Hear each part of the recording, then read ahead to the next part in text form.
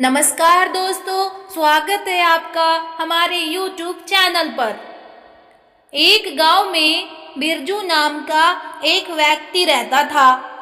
उसके एक प्यारी सी बेटी थी जिसका नाम राधा था। बिरजू एक कुम्हार था। वह मिट्टी से बने तरह तरह के खिलौने तथा बहुत सारे प्रकार की मिट्टी के बने बर्तन बनाया करता था।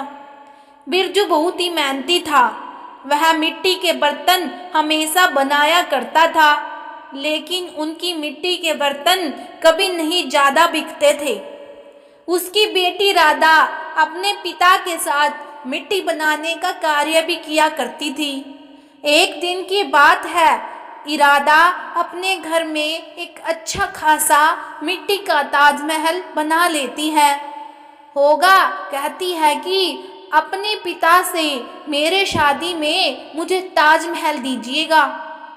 तभी क्या, मन रहने के लिए उनके पिता भी अपनी बेटी से कहता है, हाँ मैं अपनी बेटी की शादी में ताजमहल दूंगा। धीरे धीरे समय भी पता चला गया और राधा कब बड़ी हो गई पता भी नहीं चला था। एक दिन उसके घर में कहीं से मेहमान आता है। राधा का रिश्ता पक्का करने के लिए राधा का रिश्ता गांव के बगल वाले गांव में मोहन नाम का लड़का रहता था। उसी से राधा का विवाह तय होता है। आज आप तो राधा मन ही मन मुस्कुराते रहती थी कि उनके पिता उनके लिए ताजमहल बनाएगा और अब उनको अपनी बेटी को शादी में देगा। तभी उसकी माँ उसके पिताजी से मतलब कि बिरजू से कहती है कि आपने तो शादी पक्की कर ली, लेकिन दिन बैठाने की बात कब कीजिएगा। अभी भेजू कहता है कि मैं कहीं बाहर मोहन के पिताजी से मिला और राधा की शादी की तारीख फिक्स करने की बात कही, लेकिन उनके पिताजी कुछ नहीं कहते और बात को टाल मटोल करते रहते हैं।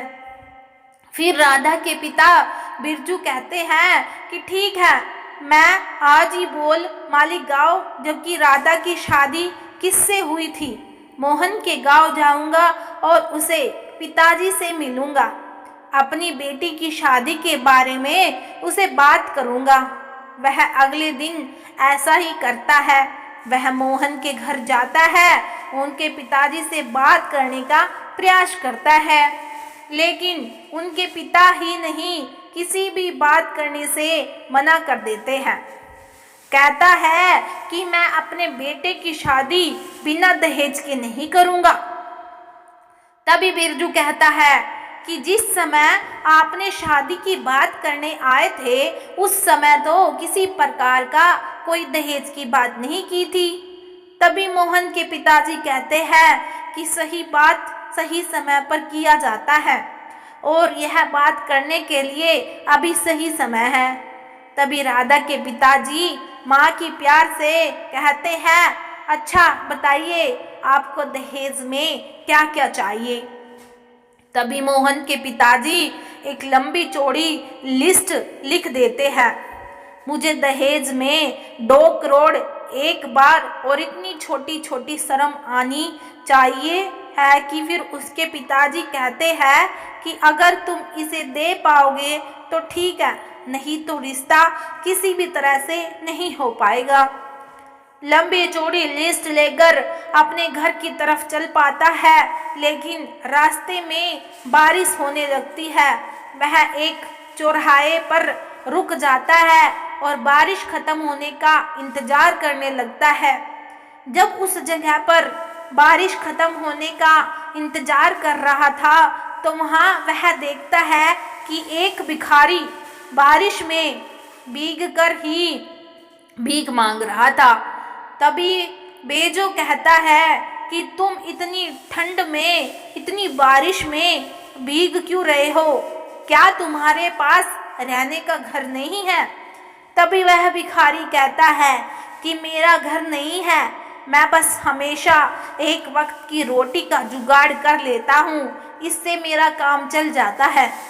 अभी बिरजू उस भिखारी से करके बाद अगर तुम कोई ऐतराज ना हो तो क्या तुम मेरे घर जा सकते हो रहने के लिए? मैं तुम्हें खाने का प्रबंध भी करा दूंगा और साथ में सोने और रहने का भी प्रबंध करा दूंगा।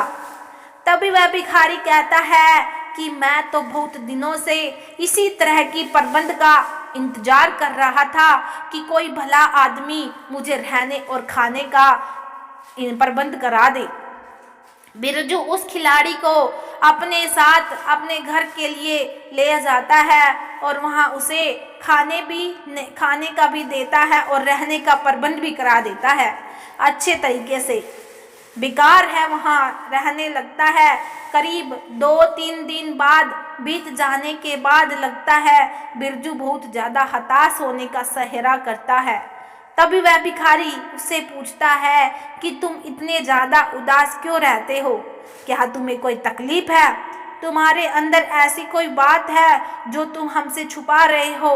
अपने मन की बात मन में ही रखना चाहते हो?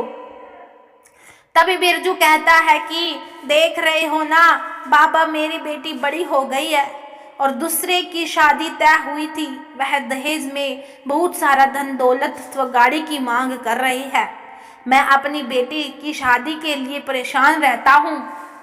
अब मुझे समझ नहीं आ रहा कि मैं अपनी बेटी की शादी कहाँ करूँ और किससे बात किस प्रकार करूँगा। तभी उसकी नज़र आता तो बेटी पर पड़े।